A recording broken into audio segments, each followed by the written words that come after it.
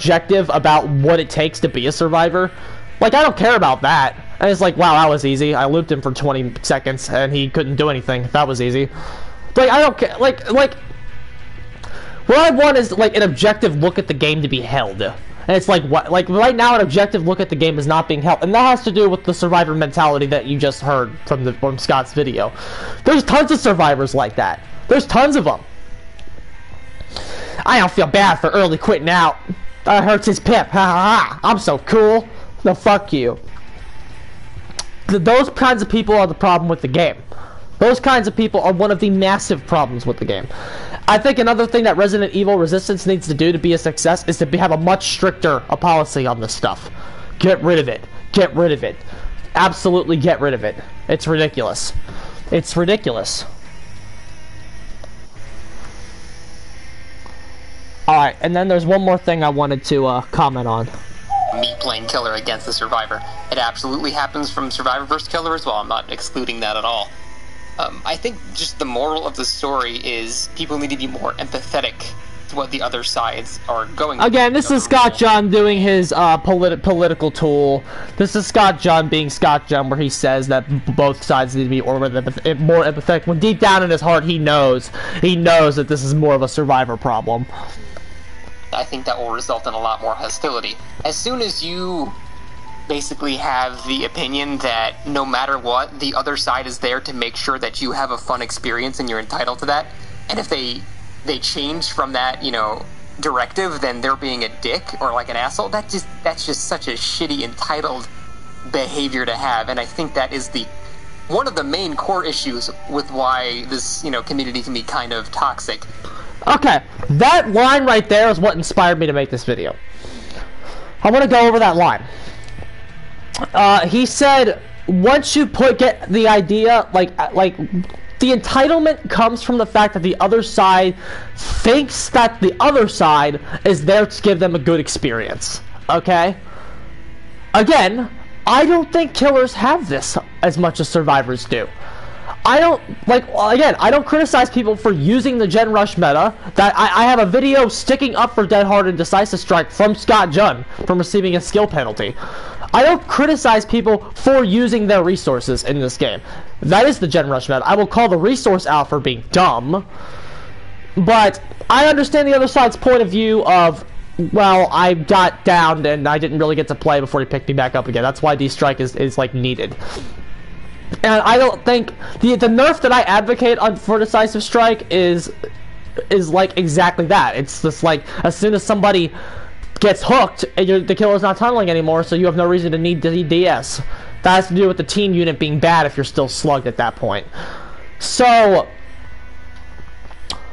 the moral though is that the thing I want to talk about with that is that the developers are responsible for this culture.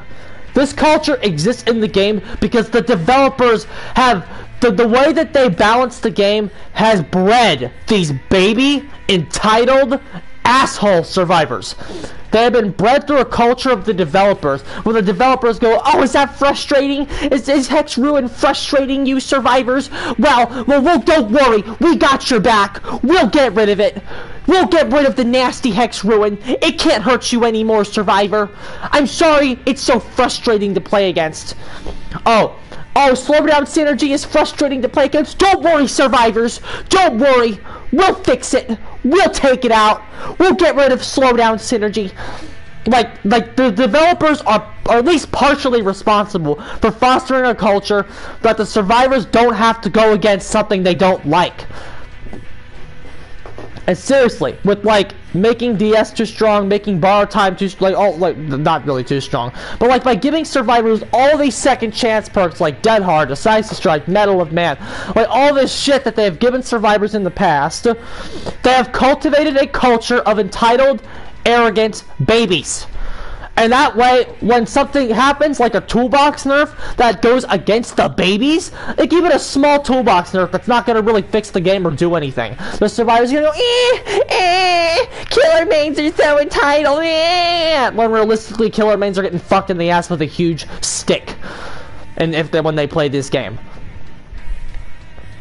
But the developers are responsible for fostering that culture. That is the claim and the point I want to make about Scott's video. The culture is there on the Survivor side extremely more, and it's partially the developers' fault. Absolutely. Absolutely. The lack of empathy is there because the developers treat killer players like robots and don't address their arguments. Like, seriously, go look at that Hex Ruin VOD. The killer players were treated like bots. We were treated like AI during that Hex Ruin stream and that Hex Ruin patch update.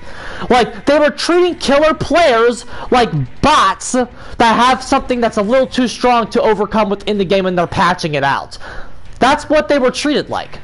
And so when the developers are treating killer players like bots and they have stupid tactics, that's what you're going to foster a player base that does as well. Especially when that player base is the majority.